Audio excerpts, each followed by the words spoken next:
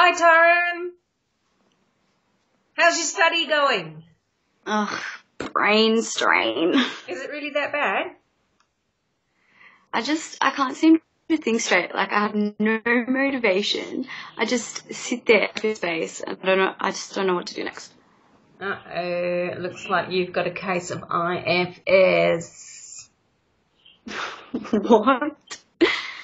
IFS, Information Fatigue Syndrome.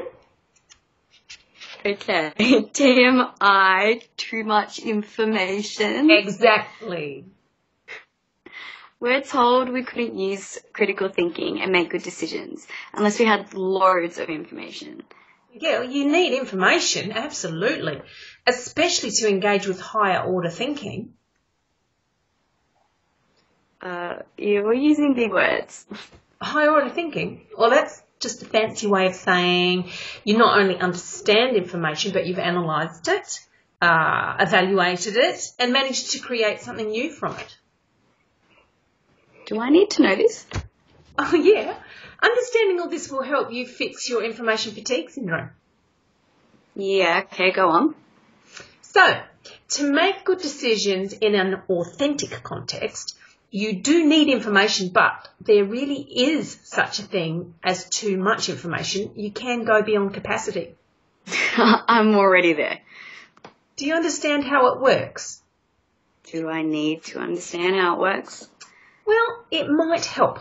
So anyway, it goes like this. Our memory is made up essentially of three parts. There's the sensory memory, firstly, and that's where information is received by sensing or perceiving, but it is only stored for the shortest amount of time.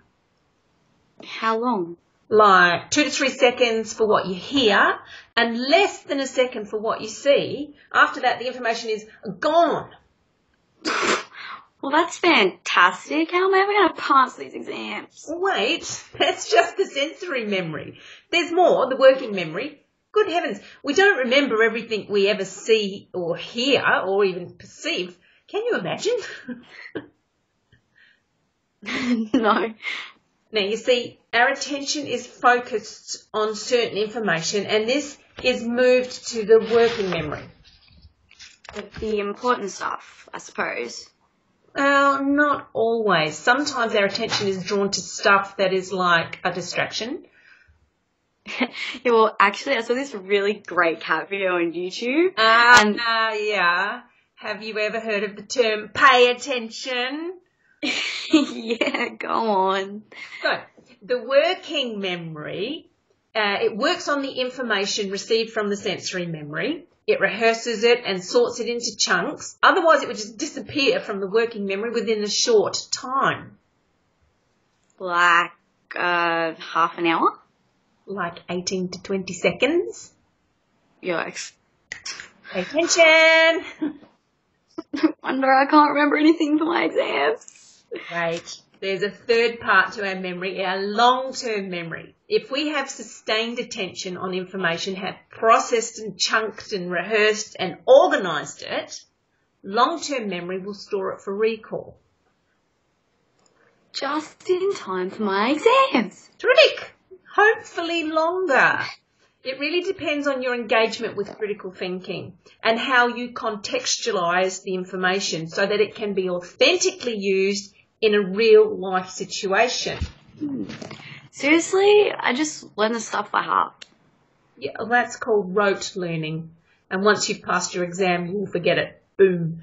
Because you haven't found a way to apply it and even to, say, manipulate the information to use in a different setting or a different way.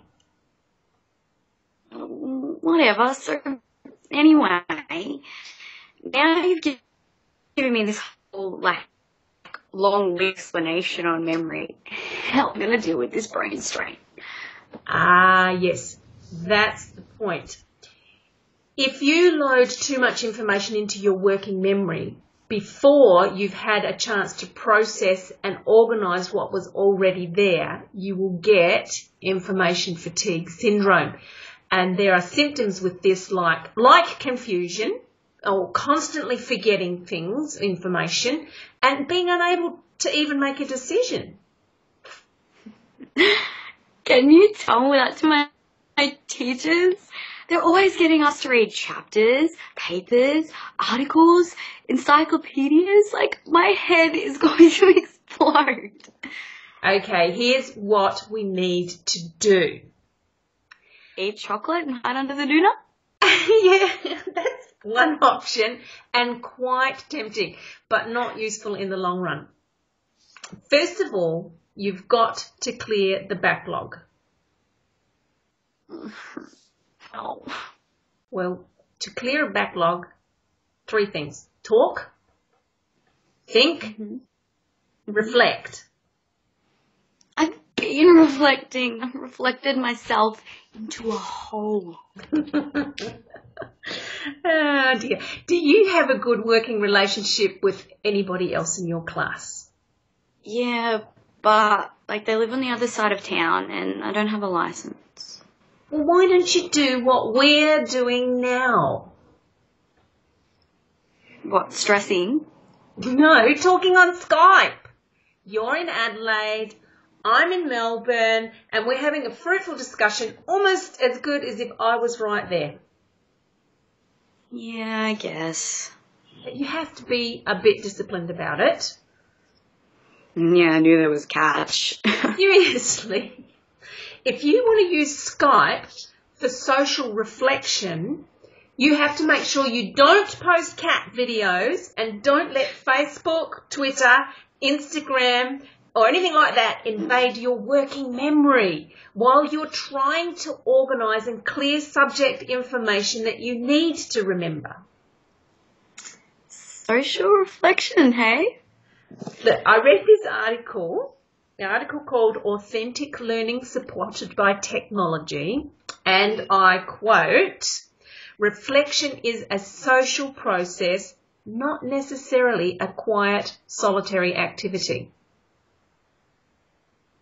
So this Skype call to my friend could be a legitimate educational activity. It can be, but not if you're going to Skype your boyfriend and talk all soppy romantic stuff. It needs to be focused on the information at hand. But what if I'm bored with the information at hand? Do you want to pass your exams or not? If you read a chapter, Skype your friend who has also read the same chapter. In fact, make an appointment to read that chapter at the same time and then Skype, then talk about what you've read. Yeah, but what if it's stupid?